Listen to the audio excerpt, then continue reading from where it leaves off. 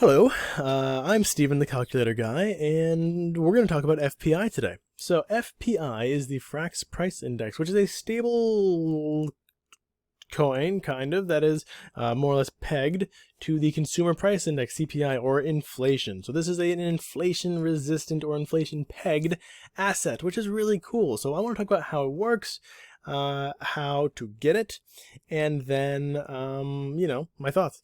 So if you don't know what Frax is, that's too bad, because Frax is pretty cool. Frax is a stable coin. It's partially collateral backed, partially algo backed. We can check this out in a number of different ways. But 1 second, that was faster than 1 second. Okay, so first just want to show you the Frax user interface, in case you're unfamiliar with it. This is just app.frax.finance. A lot of cool things you can do here. There is a great video on how to utilize this with VFXS and how to get maximized yields on some other pools. We're not going to cover that today. That's not what I want to cover, but there's a really cool video on that by Justin Brom, which I will link in the description. Give him a follow, watch his video, understand Frax, get good yields, do the VFXS stuff. Yay. We're talking about FPI. So again, FPI is the Frax Price Index. It is what they call crypto native CPI. It is their version of an inflation-backed, stable asset. So if you go down to, where is it? The Frax Price Index right here. You'll see inflation hedge. We're not going to talk about token distribution because the airdrop is over, but it is an inflation hedge. So effectively, FPI is the token that will increase with inflation. FPIS is the governance token of that system. Now, every month, the oracles will pull the inflation data, and then the price of FPI will adjust over time to gain value up to that month's inflation. Right? So how does it do that? Well, it does that primarily through the yield, or the tax, the fee. So if you go to Frax Swap and you try to swap Frax for FPI, this is also sort of how you mint. So FPI can only be minted by Frax. It can only be redeemed, and FPI can only be redeemed for Frax. Of course, you can sell this on like other exchanges if you want to, but on this platform, Frax begets FPI, and FPI can be redeemed for Frax. So you'll see there's a 0.3%, right? 0.3%. Now that 0.3% is assumed to generate like 5% per month for the treasury, which is really fantastic, actually. But so that fee, that 0.3% accumulated, right, that goes to the treasury, and that 0.3% will assist FPI's rise in price, right? So if we're assuming like an 8% inflation per year, which is crazy high, by the way, but if we're assuming 8%, 8 divided by 12, that is 0.6 repeating. So that's how much they need to generate from these fees to make the price of FPI increase in value, increase in backing, because they want it to be backed by that much asset, backed by that much Frax, right? So that's what that fee is there. It's increasing the backing. So that's where the majority of the backing is coming from. Like, that's just how it works. Now, if there is more fees generated, more fee revenue than inflation, like if you make 5% in fee revenue and inflation is only 0.6%, well, that's where FPIS, the governance token, benefits, right? So the Frax Price Index share is entitled to seigniorage from the protocol. Excess yield, right? So excess yield will be directed from the treasury to FPIS holders, similar to the FXS structure. So if you hold FXS and there's a lot of buy pressure on Frax, then FXS sort of benefits from that. I think it's similar to Luna and UST. If there's a lot of buy pressure on UST, Luna benefits from that. This is how most seigniorage models work when they have a reserve asset. So during times when the FPI treasury does not, this is important, when the FPI treasury does not create enough yield, so like let's just say there's not enough fees that month to increase the backing of FPI to inflation levels, what will happen is more FPIS will be minted and sold to bolster or boost the treasury up to backing, so that FPI can increase up to the inflation level and be a true peg to CPI. So that's why FPIS is sort of a gamble, right? FPI is pegged to CPI. It's pegged to inflation. That's just if you want to hold an asset that is effectively inflation resistant, FPI is your asset. If you want to take a bet on the success of FPI, FPIS is your asset, because all the times that there's a lot of buy pressure on FPI, it wants to go above peg. Well, it's not going to let it go above peg. It's going to use seigniorage and sort of push that money. Effectively push that money into FPIS.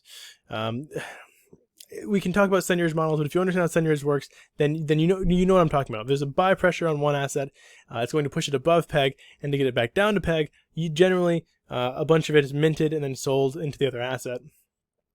So into FPIS. When one asset is high, the other asset benefits. So effectively, if you think that FPI is going to be very popular, which it very well might be, then FPIS is going to benefit the most from this. But if you think that there's not going to be a lot of interest in FPI, then FPIS is going to be minted, right? Increasing the supply, diluting the supply, and then sold, putting sell pressure on it, which means FPIS will be very bearish. So if you think FPI will get adopted, if you're bullish on FPI, if people are utilizing this inflation hedge asset, then FPIS is a good bet along with that. If you think it's kind of gimmicky, kind of cool, but who's really going to use it, then you're probably not going to want to invest in FPIS, because it's if FPI doesn't maintain peg, FPIS is the one that suffers to ensure it does maintain peg. So that's pretty much it, right? How do you get FPIS? Well, you come over here to app.frax.finance and you just swap your frax for FPI. There's a 0.3% fee. That's it. Of course, you can also, I believe you can find this on Uniswap as well. Don't quote me, but we're gonna find out right now. Let's see. Can I do ETH to FPIS? So it's probably not going to show up. Oh, it is. Cool. Kind of surprised. Yeah. So I imagine that we're going to have some price impact. Okay. Not really.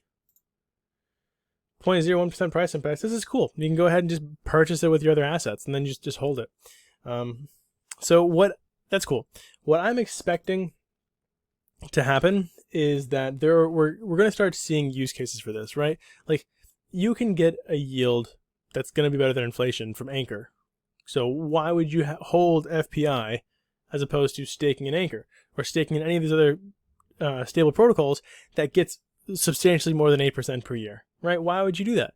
Just because it's a gimmick? Well, no, I think that FPI is going to have a use case. It's probably going to be used in liquidity pools, probably FPI Frax, right? You start seeing FPI Frax LPs, see those in farms, then that's amazing, right? Because not only then are you getting your inflation hedge with your FPI, but you're getting a yield on liquidity between Frax and FPI, which should be a relatively stable pairing.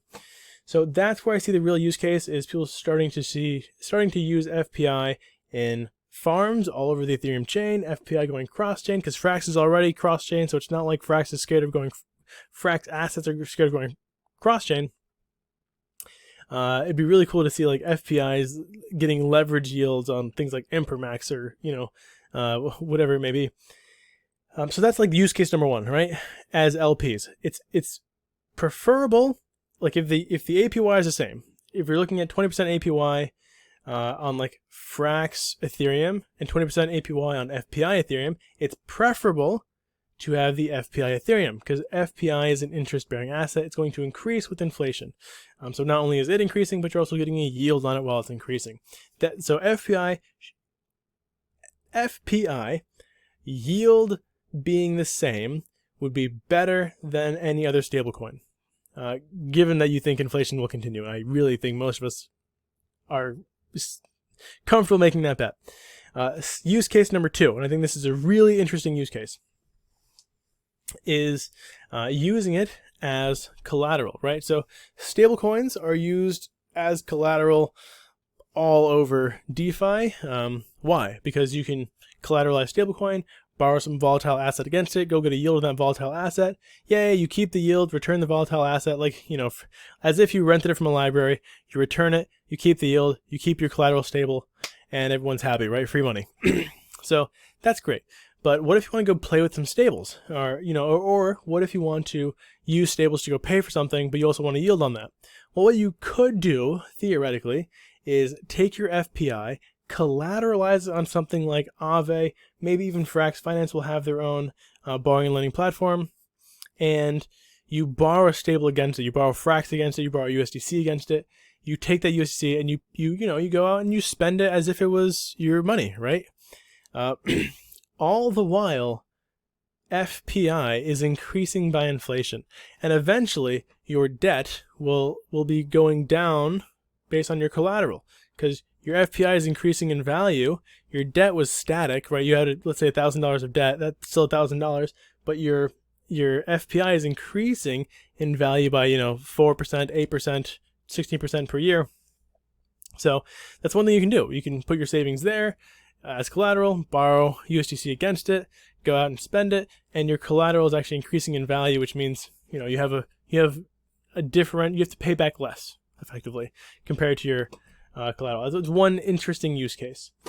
Also, I'm looking for the looping. I'm excited for looping opportunities. So really, I am personally interested and excited about FPI. I'm not the Frax genius, again, that's Justin Brahm. He's a brilliant with the ecosystem. He knows a lot about it. So if there are a lot more use cases, then I will be interested to see them. But the two use cases I am immediately looking for are with LPs, right? FPI LPs with either blue chips or other stables, and then with collateralizing. So collateralizing FPI, borrowing stables against it. I think that'll be a really interesting play to make.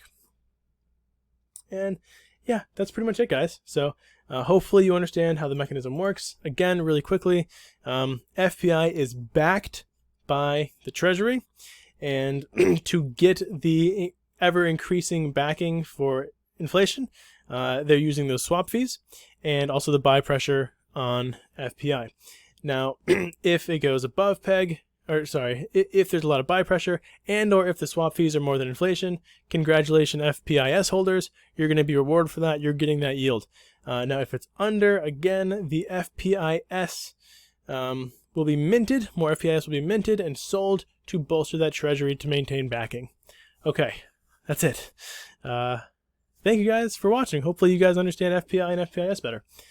Have a wonderful, fantastic rest of your day, and join the Patreon if you want to, or the Discord. There's a free portion, there's a paid portion, there's a bunch of fun stuff. If you want to have one-on-one video sessions with me, you can join the Patreon at the Quantum or Quantum Plus level. I've actually been really enjoying these sessions that I do every day now. Cheers, and have a good one.